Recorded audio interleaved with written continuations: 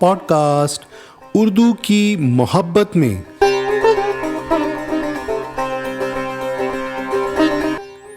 Episode 30 30ویں قسط۔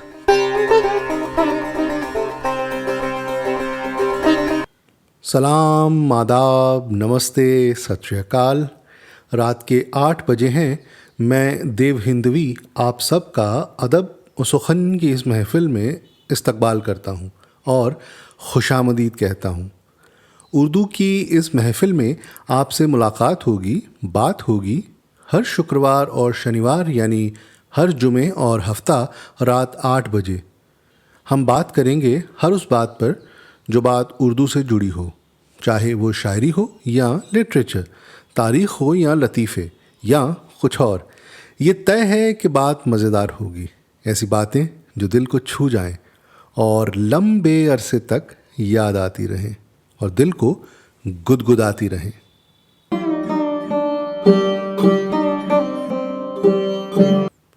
اردو کی اس محفل میں آج بات ہوگی مثنوی پہ۔ پھر ہم بات کریں گے اردو کے ایک جانے مانے شاعر کے بارے میں۔ تیسرے حصے میں ایک چھوٹا سا قصہ، پھر ایک لطیفہ اور آخر میں ایک یادگار شاعری کے بعد اس نئے سیگمنٹ میں ہم موقع پہ شعر پیش کریں گے۔ تو آئیے شروع کرتے ہیں پوڈکاسٹ اردو کی محبت میں۔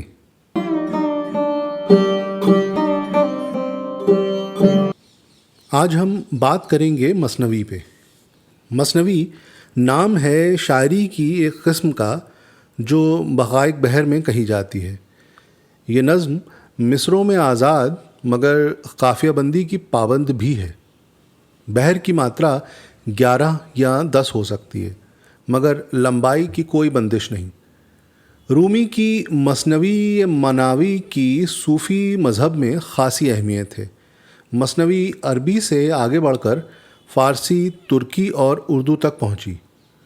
اردو مثنوی کو ہم 3 حصوں میں بانٹ سکتے ہیں، جیسے گزرے زمانے کی مثنوی، قریب کے زمانے کی مثنوی اور بعد کے زمانے کی مثنوی۔ شروعاتی مثنوی جو 11ویں سے 17ویں صدی کی ہے، مزاج سے مذہبی ہے مگر بعد کے زمانے میں یہ رومانی رخ اختیار کر لیتی ہے۔ 12ویں سے 18ویں صدی کی مثنویاں زیادہ مشہور ہیں اور ان میں شاعر اپنے ذاتی تجربات کو بیان کرتے ہیں۔ نئے زمانے کی مثنوی 13ویں سے 19ویں صدی تک آتی ہے، جو دور ادبی بدلاؤ کا مانا جاتا ہے۔ اب مثنوی چھوٹی ہونے کے ساتھ ساتھ اپنے روایتی بحر کو چھوڑتی جاتی ہے۔ اب مثنوی میں روزمرہ کے موضوع اور بچوں کی کہانیاں شامل ہو جاتی ہیں۔ آج کے زمانے کے مثنوی لکھنے والوں میں علامہ ڈاکٹر سید علی امام زیدی گوہر لکھنوی ہیں، جو میر بابر علی انیس کے پرپوتے ہیں۔ تو مثنوی یہیں تک، اور اردو کے بارے میں بھی آج اتنا ہی۔ آگے مگر باتیں ہوتی رہیں گی، ذکر ہوتا رہے گا۔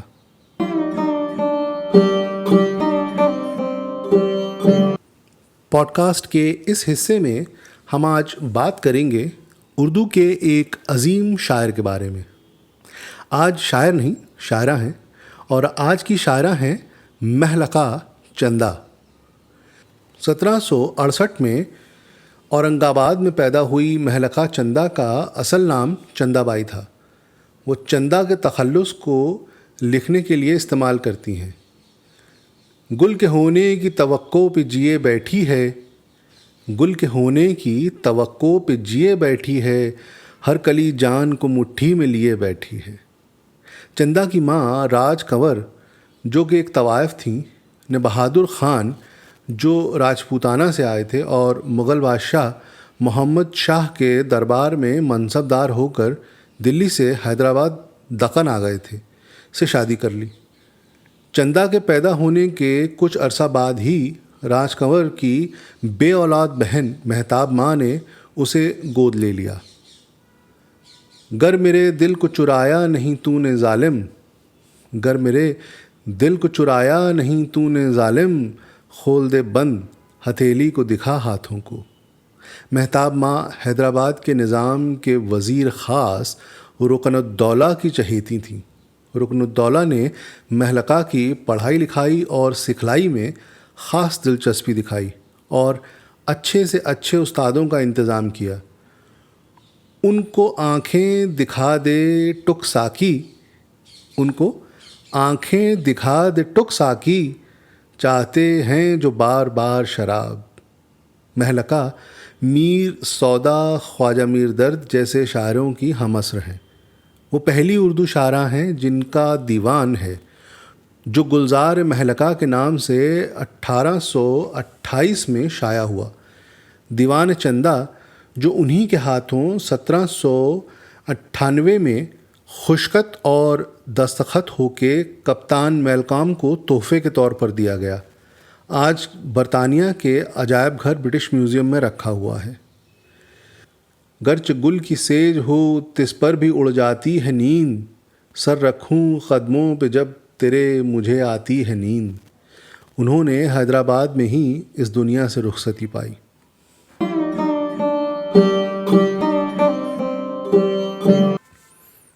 اور اب وقت ہے ایک قصے کا۔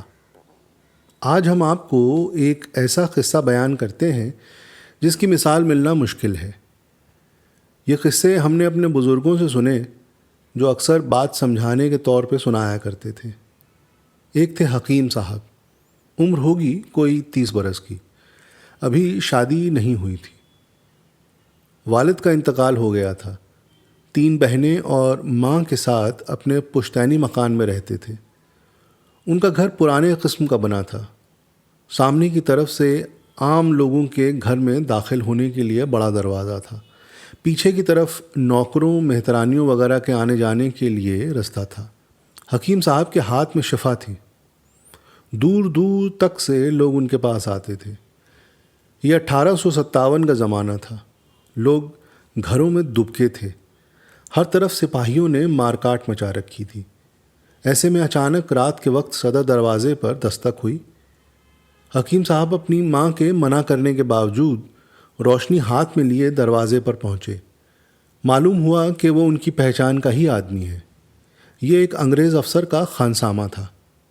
اس نے بتایا کہ انگریز افسر کی بیٹی جو شام کو چرچ گئی تھی گھر نہیں لوٹی ہے۔ آپ اگر مدد کریں تو ہم اسے ڈھونڈ لیں گے۔ ماں نے منع کیا کہ اگر سپاہیوں کو پتہ چل گیا کہ ہم نے ایک انگریز کی مدد کی ہے تو ہماری جان کے دشمن بن جائیں گے۔ مگر حکیم صاحب نے انہیں سمجھایا اور کچھ تاکید کر کے اس خانسامے کے ساتھ چلے گئے۔ دونوں نے رات بھر اس افراتفری میں اسے ڈھونڈا۔ صبح کو وہ انہیں ایک پیڑ پر ملی۔ دراصل جب اس نے فساد دیکھا تو جان بچانے کی غرض سے وہ پیڑ پر چڑھ کر چھپ کر بیٹھی رہی۔ وہ خانسامے کو اچھی طرح جانتی تھی۔ وہ نیچے اتری اور اسے گھر تک سلامتی سے پہنچا دیا گیا۔ بات آئی گئی ہو گئی۔ غدر کو دبا دیا گیا۔ کچھ ماہ اوپر گئے حکیم صاحب کو ریزیڈنسی میں طلب کیا گیا۔ ان سے کہا گیا ایک بڑے انگریز افسر کی بیٹی کی جان بچانے کی عوض میں سرکار نے خوش ہو کر انہیں ایک بہت بڑی جاگیر دینے کا فیصلہ کیا ہے۔ مگر حکیم صاحب نے جاگیر لینے سے منع کر دیا۔ انہوں نے کہا کہ ایک تو کسی کی جان بچانے کی عوض میں وہ کسی بھی قسم کا کوئی معاوضہ نہیں لے سکتے، دوسرے یہ کہ اگر دینا ہی ہے تو انعام اس خانسامے کو دیجیے جو مجھے بلانے آیا تھا اور جسے وہ لڑکی پہچانتی تھی۔ اس کے بغیر یہ مجھ سے کب ہو پاتا؟ انگریز بہت حیران ہوئے۔ وہ اور بھی حیران ہوئے جب اس خانسامے نے بھی یہ کہہ کر کے کچھ لینے سے منع کر دیا کہ جب حکیم صاحب نے ہی نہیں لیا تو ہمیں بھی حق نہیں، ان کے بغیر تو ہم بھی بٹیا کو کبھی ڈھونڈ نہیں پاتے۔ یہ معیار تھا، یہ ظرف تھا کردار کا۔ آپ سمجھ ہی سکتے ہیں کہ آج کے زمانے میں ایسا کہنے والوں اور کرنے والوں کے لیے لوگوں کے کیا خیالات ہوتے۔ ایسا ہی ایک اور قصہ ہے، مگر وہ قصہ پھر کبھی۔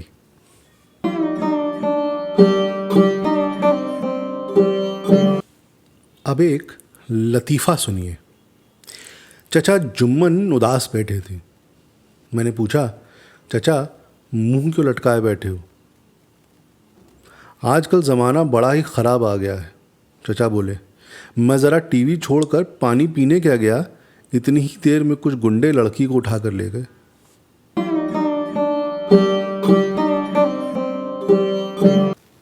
پوڈ کاسٹ کے اس حصے میں اب وقت ہے ایک بہترین شاعری کا. آج کے شاعر ہیں میاں داد خاں سیاح. تو کلام پیش ہے.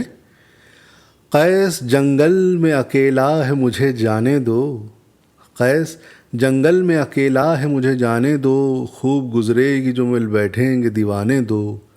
لال ڈورے تیری آنکھوں میں جو دیکھے تو کھلا, میں گل رنگ سے لبریز ہے پیمانے دو. ٹھہرو تیوری کو چڑھائے ہوئے جاتے ہو کدھر, دل کا صدقہ تو ابھی سر سے اتر جانے دو. منع کیوں کرتے ہو عشق بت شیریں لب سے, کیا مزے کا ہے یہ غم دوستوں غم کھانے دو. ہم بھی منزل پہ پہنچ جائیں گے مرتے خپتے, ہم بھی منزل پہ پہنچ جائیں گے مرتے کھپتے, قافلہ یاروں کا جاتا ہے اگر جانے دو. شمع و پروانہ نہ محفل میں ہو باہم زنہار, شمع رو نے مجھے بھیجے ہیں یہ پروانے دو.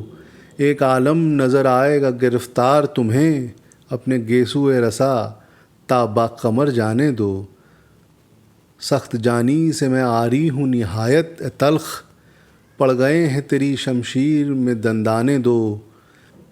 حشر میں پیش خدا فیصلہ اس کا ہوگا, زندگی میں مجھے اس گبر کو ترسانے دو. اگر محبت ہے تو وہ مجھ سے پھرے گا نہ کبھی, غم نہیں ہے مجھے غماز کو بھڑکانے دو. جوش بارش ہے ابھی تھمتے ہو کیا اے اشکو, دامن کوہ بیاباں کو تو بھر جانے دو. واعظوں کو نہ کرے منع نصیحت سے کوئی, میں نہ سمجھوں گا کسی طرح سے سمجھانے دو. رنج دیتا ہے جو وہ پاس نہ جاؤ سیاح, رنج دیتا ہے جو وہ پاس نہ جاؤ سیاح. مانو کہنے کو میرے دور کرو جانے دو, مانو کہنے کو میرے دور کرو جانے دو. یہ پرانے شاعر ہیں اور بڑی لمبی لمبی غزلیں کہتے ہیں, مگر غزل بہت خوب ہے. کچھ شعر تو اس کے بہت ہی خاص ہیں.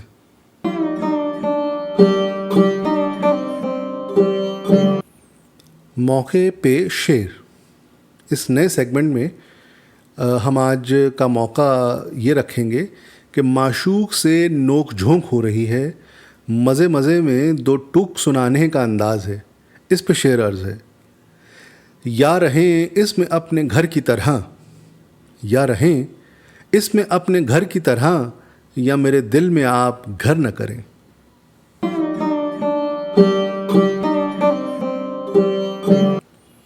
سامعین, اگر آپ کو یہ کوشش پسند آئی تو اسے لائک ضرور کیجیے گا اور کمنٹس میں اپنے خیال بھی ظاہر کیجیے گا. تو خواتین و حضرات, اب وقت ہے آپ سے اجازت لینے کا. آپ خوش رہیں, سلامت رہیں, خدا محفوظ رکھے ہر بلا سے.